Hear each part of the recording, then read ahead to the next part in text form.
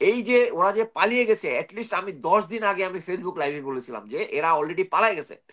একটা মেইন স্ট্রিমের সংবাদপত্র আমাকে বলে নাই যে ভাই আপনি গুজব ছড়াচ্ছেন, নাইলে আপনি বলেন কোথেকে আপনি খবর পাইছেন, আমি তাহলে বলে দিই, বা আমাকে রেফারেন্স দিয়েও তো বলতে পারেন যে এরা সংবাদটা, তারা কেউ সংবাদ প্রচার করতে না। কারণ কি, এখনো গোয়েন্দা সংস্থা জেনারেল ওয়াকার চালাচ্ছে, ওয়াকারকে চালাচ্ছে ইন্ডিয়া, ওয়াকারকে চালাচ্ছে তারেক সিদ্দিকী, অজিত দোভাল, এরা সেন্ট্রালি মানে সেনাবাহিনীকে, প্রতিটা সদস্যকে বলতে চাই যে আপনারা যে ভুলটা করতে নিয়েও 5ই আগস্ট করেন নাই, এইটাকে এখনো কন্টিনিউ করার কোনো মানে হয় না। আপনাদের মধ্যে এখন আওয়াজ তোলা উচিত যে আমরা প্রফেসর ইউনূস সরকারকে 100% ইয়ে করবো। আমরা চাই না যে সেনাবাহিনীর যে যে সম্মান, যে উচ্চতায় ছিল আমরা যখন চাকরি করেছি, আমাদের আমাদের মধ্যে লোকরাই আমরা আমাদের লোকজনকে, সেনাবাহিনীর লোককে গুম করতেছি, হত্যা করতেছি। যে জেনারেল ওয়াকার মানে বিএনপির সাথে ভালো একটা টার্মসে আছে এখন, বাট আপনি দেখেন এই ভালো টার্মসের মধ্যেও বিএনপি কিন্তু প্রেশার দিয়ে 9 ডিবেট জিওসি কে কিন্তু সরাইতে পারে নাই, ডিজি বিজিবি কে কিন্তু সরাইতে পারে নাই, ঢাকার যে ব্রিগেড গুলো আছে ইম্পর্টেন্ট, এগুলো কিন্তু সরাইতে পারে নাই।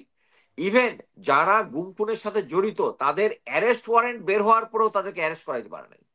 সো আপনি জিনিসটা বুঝতে পারছেন এই স্ট্রেংথটা কোত্থেকে আসছে। এইটাই হচ্ছে আওয়ামী লীগের শক্তি, ভারতের শক্তি, যেই শক্তির কারণে এই যে আপনারা শুনতেছেন যে আওয়ামী লীগের লোকজন ঢাকায় আসবে এবং মাঝে মাঝে যে ঝটিকা মিছিল বের হচ্ছে, এদের মাথার ভিতরে আপনার একটা জিনিস বুঝতে হবে যে আপনি একটা দেখেন যে বাংলাদেশে যে একসাথে প্রায় 1,500-এর উপর লোক মারা গেছে, 30,000 আহত হয়েছে, এত বড় একটা নৃশংসতার পরেও এখনো আওয়ামী লীগের লোকজন, আমি গতকালকে দেখলাম যে কানাডাতে অটোয়াতে একটা বিশাল বড় ইয়া হয়েছে যে শেখ হাসিনার বিরুদ্ধে তাদের ইয়ার সামনে, তাদের সংসদের সামনে আর কি, অটোয়ায় সংসদের সামনে একটা যে ইয়া বিরোধী কি বলে, প্রফেসর ইউনূসের সরকার বিরুদ্ধে একটা ইয়া হয়েছে। এত কিছুর পরেও লোকজন যে এগুলো করে যাচ্ছে, আমার ধারণা যে এর থেকে মানুষের যদি মানে ইন্টেলিজেন্ট যদি হাফ থাকতো, মানে একদম তারা বুঝতো যে বাংলাদেশে আর শেখ হাসিনা আসার সম্ভাবনা নাই, ইয়া নাই। কিন্তু এই হোপটা বাঁচায় রাখছে হচ্ছে জেনারেল ওয়াকার। এবং আমি বলে রাখছি, জেনারেল ওয়াকারকে না সরানো পর্যন্ত, এই যে দেখেন যারা গুম খুনের সাথে জড়িত ছিল, lieutenant general Akbar, lieutenant general Saiful, lieutenant Tabrez Shams, general Hamid, এরা এদেরকে অ্যারেস্ট করতে দেয় না, ক্যান্টনমেন্টের ভিতরে আছে, তারপর কি এরা এখন পালায় চলে গেছে। তারপরে দেখেন ইয়াতে দুদক গিয়ে জেনারেল সাইফুলের বাসা থেকে 2.5 কোটি টাকা ইয়া করলো। ইভেন সাংবাদিকের প্রশ্নের উত্তরে বলতেছে না যে লোকটা পালায় গেছে, he is not in the country. মানে এই ভয়টা, মানে কেন এখনো এই যে ওরা যে পালিয়ে গেছে, অ্যাটলিস্ট আমি 10 দিন আগে আমি ফেসবুক লাইভে বলেছিলাম যে এরা অলরেডি পালায় গেছে। একটা মেইন স্ট্রিমের সংবাদপত্র আমাকে বলে নাই যে ভাই আপনি গুজব ছড়াচ্ছেন, নাইলে আপনি বলেন কোথেকে আপনি খবর পাইছেন, আমি তাহলে বলে দিই, বা আমাকে রেফারেন্স দিয়েও তো বলতে পারেন যে এরা সংবাদটা, তারা কেউ সংবাদ প্রচার করতে না। কারণ কি, এখনো গোয়েন্দা সংস্থা জেনারেল ওয়াকার চালাচ্ছে, ওয়াকারকে চালাচ্ছে ইন্ডিয়া, ওয়াকারকে চালাচ্ছে তারেক সিদ্দিকী, অজিত দোভাল, এরা। তো এইটাই হচ্ছে এগুলোর স্ট্রেংথ। এই যে গোয়েন্দা সংস্থা যা শুনতেছেন, আমি এই জন্যই মাঝখানে একদিন আপনার আপনার সত্য কোথাও বলেছিলাম যে আমি অ্যাকচুয়ালি ইমিডিয়েট নির্বাচন চাই না, কিন্তু প্রধান উপদেষ্টা প্রফেসর ইউনূস যদি একদম মানে ইমিডিয়েটলি জেনারেল ওয়াকারকে না সরাইতে পারেন, তাহলে আমি নির্বাচন চাই। কারণ আমি মনে করি যে একটা সংবাদ, একটা নির্বাচিত সরকার এসে তাকে সরাইতে পারবে। কারণ তাকে যদি না সরায়, এই প্রফেসর ইউনূসের সরকার যেটা বুঝতেছে না, জেনারেল ওয়াকারকে যদি না সরায়, এবং যারা এই গুম খুনের সাথে জড়িত মানে অ্যাপ্রক্সিমেটলি 25-30 জন যে জেনারেল আছে, এরা এদের স্ট্রেংথেই এই সমস্ত গোয়েন্দা সংস্থার নির্ভরশীল পাচ্ছেন।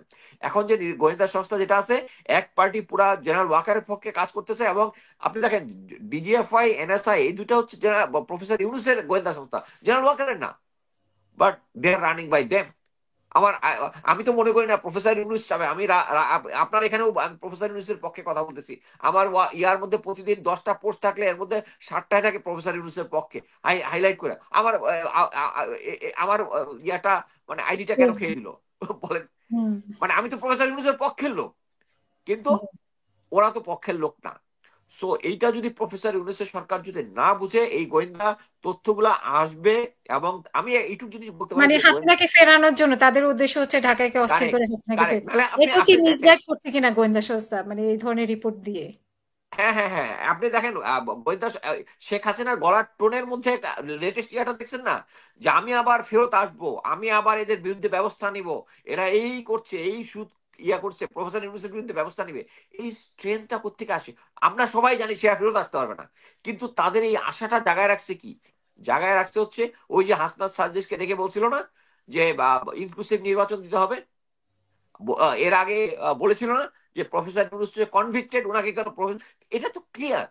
এত কিছুর পরেও যদি নির্বাচনটা এখন হোক, 1.5 বছর হোক, 2 বছর পরে হোক, এই প্রফেসর জেনারেল ওয়াকারের আন্ডারে যদি সেনাবাহিনীর নির্বাচন হয়, ইট উইল বি ডিজাস্টার। এবং আমি মনে করি প্রফেসর ইউনূসের এই যে সরকারটা ভালোভাবে চলতেছে, হ্যাঁ এখনো গোয়েন্দা সংস্থার মধ্যে কিছু দেশপ্রেমিক লোক আছে দেখে চলতেছে, কিন্তু ইনে আমি মনে করি, আমি সেন্ট্রালি মানে সেনাবাহিনীকে, প্রতিটা সদস্যকে বলতে চাই যে আপনারা যে ভুলটা করতে নিয়েও 5ই আগস্ট করেন নাই, এইটাকে এখনো কন্টিনিউ করার কোনো মানে হয় না। আপনাদের মধ্যে এখন আওয়াজ তোলা উচিত যে আমরা প্রফেসর ইউনূস সরকারকে 100% ইয়ে করবো। আমরা চাই না যে সেনাবাহিনীর যে যে সম্মান, যে উচ্চতায় ছিল আমরা যখন চাকরি করেছি, আমাদের আমাদের মধ্যে লোকরাই, আমরা আমাদের লোকজনকে, সেনাবাহিনীর লোককে গুম করতেছি, হত্যা করতেছি, এবং দেশের জনগণকে যারা হত্যা করেছে শেখ হাসিনার পক্ষ নিয়ে, এদেরকে ক্লিন করা ছাড়া সেনাবাহিনীর ইমেজ ক্লিয়ার হবে না। ধন্যবাদ।